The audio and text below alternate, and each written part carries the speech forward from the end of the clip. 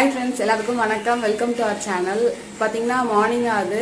இன்னைக்கு வந்து பிரியாவோட birthday. So இப்போதான் வந்து நான் ரெடி ஆகிட்டு வந்தேன். பிரியா வீட்டுக்கு வந்திருக்கிறேன். ஸோ நான் வந்து பிரியாவை காட்டுறேன். இன்னைக்கு அவளோட பர்த்டே. வாங்க நம்ம வீட்டுக்குள்ளே போகலாம். நம்மளே உள்ளே போகலாம். ஐஷு அம்மா எங்கம்மா? சரி நானே போய் பார்த்துக்கிறேன். ஸோ நம்மளே போய் உள்ள பிரியாவுக்கு விஷ் பண்ணலாம். சாய் அத்தைக்கு விஷ் பண்ணோம். சரியா? ஓகேவா? வந்தாச்சு பிரியாவோட கிச்சனுக்கு. ஹாப்பி பர்த்டே டி. Thank you. நீ சொல்லுமா அத்தைக்கு ஹாப்பி பர்த்டே சொல்லு. சொல்ல. ஸோ வந்து நான் நைட்டே விஷ் பண்ணிட்டேன். மார்னிங் இப்போதான் வந்து விஷ் பண்ணுறேன். சரி அதான் உங்களுக்கும் காட்டலாம். ருத்ரதேவ் வந்து கொஞ்ச நேரத்துக்கு முன்னாடி தான் தூங்கி எழுந்தாரு. ஸோ எழுப்பி தூக்கிட்டு வந்தேன். பிரியா வீட்டுக்கு வந்தோடனே ஐஷு வந்து சூப்பராக டான்ஸ் ஆடுவா. ஸோ ரெண்டு பேரும் சேர்ந்து டிவியில் சாங்ஸ் பார்த்துட்டு டான்ஸ் ஆட ஆரம்பிச்சிட்டாங்க. கேரட் வச்சு ஒரு வித்தியாசமான ஸ்வீட்டு செய்கிறப்ப பாருங்க, செஞ்சு காமிக்கிறேன். தைலாஞ்ச வரிசை 100 கிராம் எடுத்துக்கிறேன். ஊற வச்சுக்கோங்க. செய்ய போகிறதுக்கு முன்னாடி ஒரு அரை மணி நேரம் இல்லை ஒரு 3/4 மணி நேரம் ஊறணும். ஜவ்வரிசி வந்து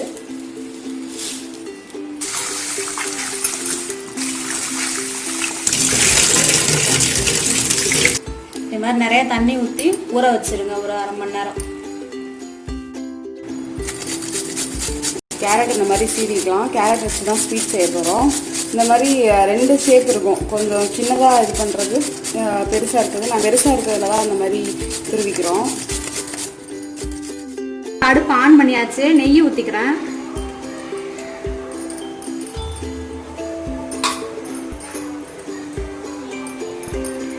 நெய் பார்த்தீங்கன்னா ஒரு 2லேருந்து 3 ஸ்பூன், நல்லா பெரிய ஸ்பூனுக்கு நெய் ஊற்றிக்கலாம். இப்போ நெய் சூடானதும் முந்திரி பருப்பு சேர்த்துக்கிறேன்.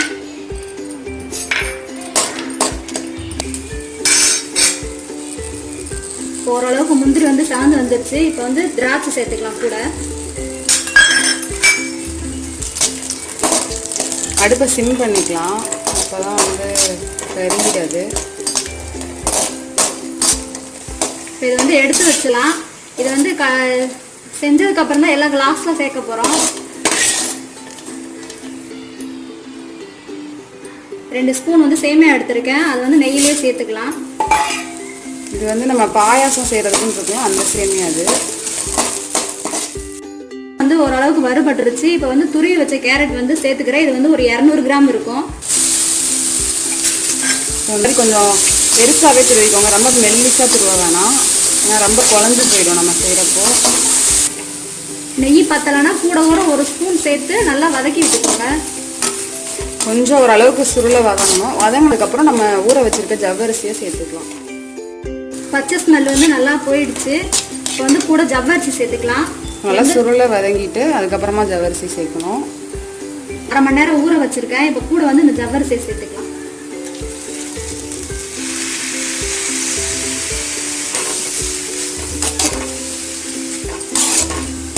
இது வந்து ஒரு 2 நிமிஷம் வந்து வதக்கி விட்டுக்கலாம் நல்லா.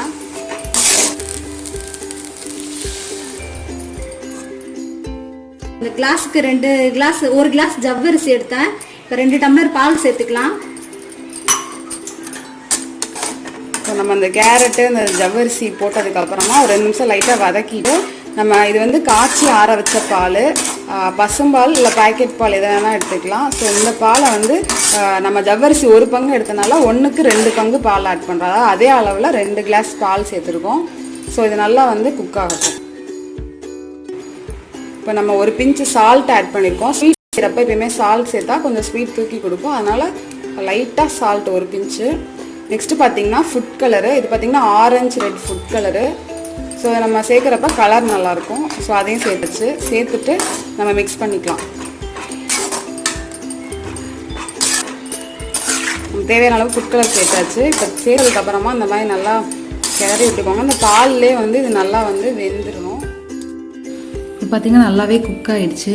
நம்ம வந்து ஏலக்காய் தூள் சேர்த்துக்கலாம். நம்ம வேணும்னா சேர்த்துக்கலாம், இல்லைன்னா இதை ஸ்கிப் பண்ணிக்கலாம்.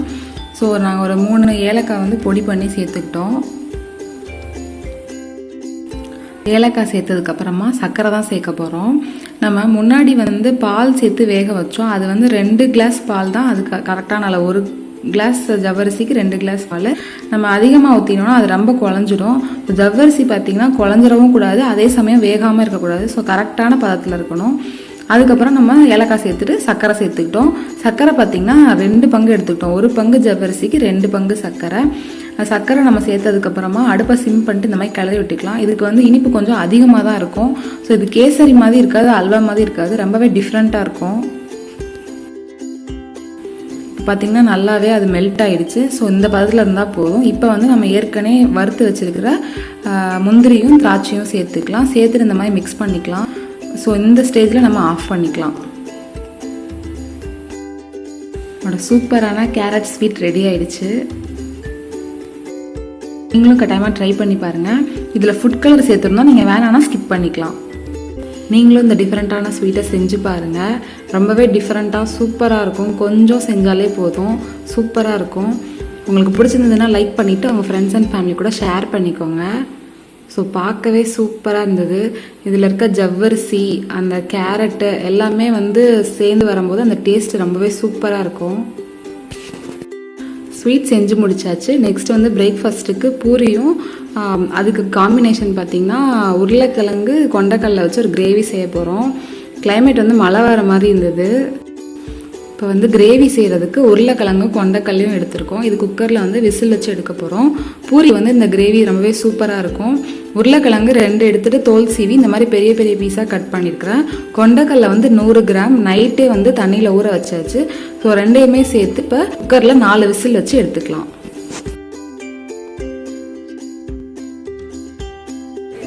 இப்போ பார்த்திங்கன்னா கிரேவி செய்ய ஸ்டார்ட் பண்ணிடலாம்.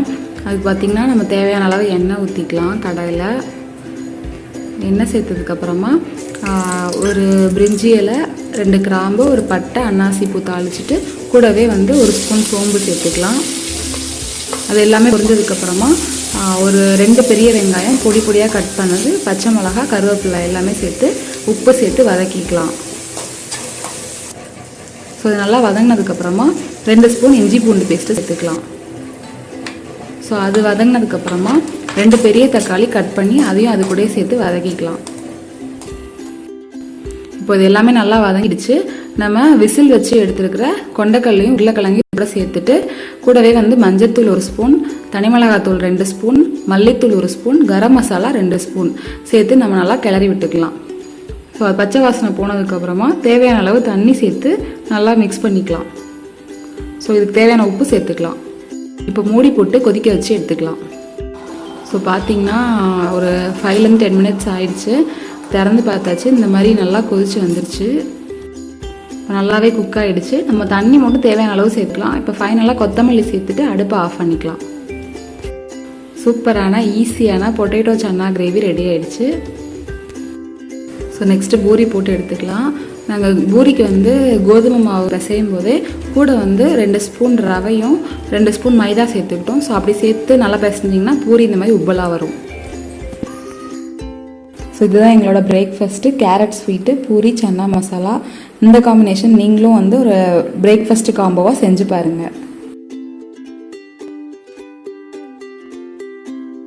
இப்போ பார்த்திங்கன்னா ஈவினிங் ஆகிடுச்சு. ருத்ரதேவுக்கு வந்து ஹேர் கட் பண்ணுறதுக்காக கிளம்பிட்டோம்.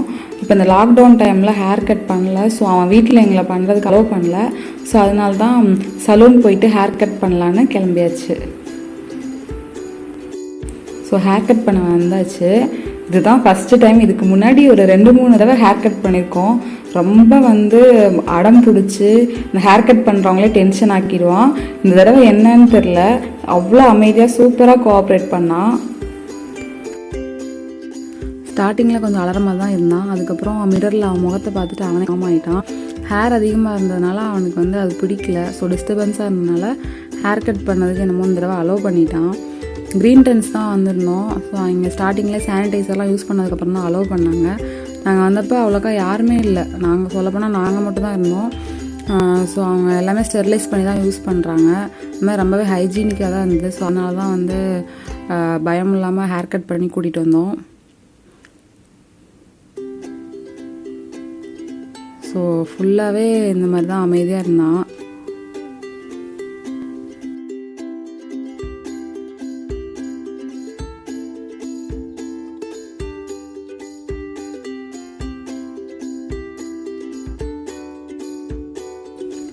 ஸோ ஹேர் கட் கம்ப்ளீட் ஆகிடுச்சு. ஸோ ட்ரிம் பண்ணி சைடில் மார்க்லாம் போட்டு ஸ்பைக் வச்சு ஸ்பைக்கு மண்டைன்னு ஆகிட்டாரு. ஸோ எல்லாத்துக்கும் பை சொல்லிட்டாரு. இந்த வீடியோ உங்களுக்கு கட்டாயமாக பிடிச்சிருக்குன்னு நினைக்கிறேன். நம்ம சேனலை நீங்கள் இன்னும் சப்ஸ்கிரைப் பண்ணலன்னா சப்ஸ்கிரைப் பண்ணிவிட்டு கூட இருக்க பெல் ஐக்கானை கிளிக் பண்ணிக்கோங்க. நெக்ஸ்ட் வீடியோவில் ஒரு இன்ட்ரெஸ்டிங்கான டாபிக் இல்லைனா ஒரு ஈஸியான ரெசிபியோட பார்க்கலாம். தேங்க்ஸ் ஃபார் வாட்சிங்.